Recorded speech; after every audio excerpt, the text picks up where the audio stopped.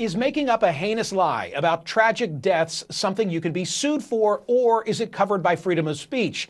That's an issue being litigated in a case in which the parents of a child killed in the 2012 massacre at Sandy Hook Elementary School are suing InfoWars host Alex Jones for defamation for his repeated claims that the massacre is a hoax.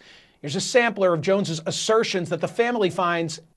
The official story of Sandy Hook has more holes in it than Swiss cheese. My gut tells me the White House, people controlling the governments were involved in this. So don't ever think the globalists that have hijacked this country wouldn't stage something like this. They kill little kids all day, every day. And it's not our government, it's the globalist.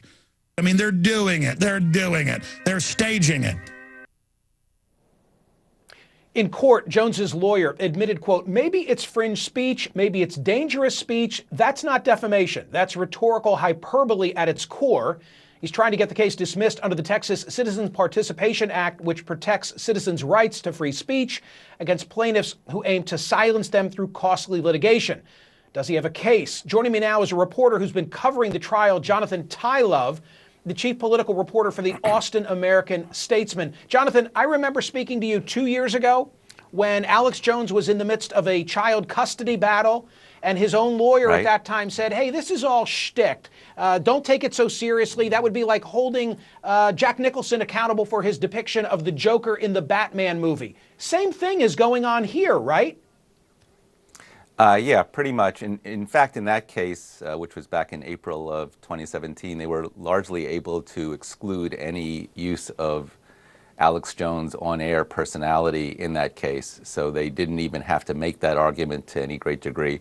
But yes, it's the same thing. It's people tune in to watch the bombast, and they have a certain expectation. They know that this is Alex Jones. They know what he's doing, and they don't take it literally, though apparently in a few cases they do take it quite literally and act on it. Well, we know that some people take it literally because, according to the plaintiffs in this Austin-based defamation action, they've been stalked and they've had to move a number of times. Explain. Well, these are the parents of one of the children who were killed, and he has placed them in the middle of this sort of fraud because he says that on a CNN interview, Veronique De La Rosa was with Anderson Cooper, and they were using a blue screen, so they really weren't at the scene, so there was something fishy about the way the interview was done, and that would suggest that they were part of this hoax. And as a result of this, they've been stalked. They had to move 7 times. There was a woman who ultimately was sent to federal prison for issuing death threats against them, and she was instructed that on her release from prison, she can't listen to Alex Jones anymore. So they said that, you know, they resisted suing him for many years, and then back in April of 2017, he reissued these claims, and they decided enough is enough, and he's not going to stop doing this. So they finally filed suit. And in Texas, the defamation law requires you to file within a year. So by remaking or restating some of these claims, he kind of revived their ability to sue him. And that's part of what's at issue here is, has he said enough within the year of the statute of limitations to qualify as defamation? Here's the takeaway, at least according to me, and you're on the scene. The takeaway is that people follow this guy. I mean, some people in high places follow this guy. When push comes to shove and he's challenged in a courtroom, his lawyers say, you really didn't believe that, right? I mean, it's like the equivalent of pro wrestling. It's all BS, something that Jones then has to fight against to keep that audience. Yeah. And in fact, on this blue screen argument, his lawyer says, you can't prove that what he said was defamatory, and even if it was wrong, it was merely, and his audience understands that it's opinion masquerading as fact. That's the term of art.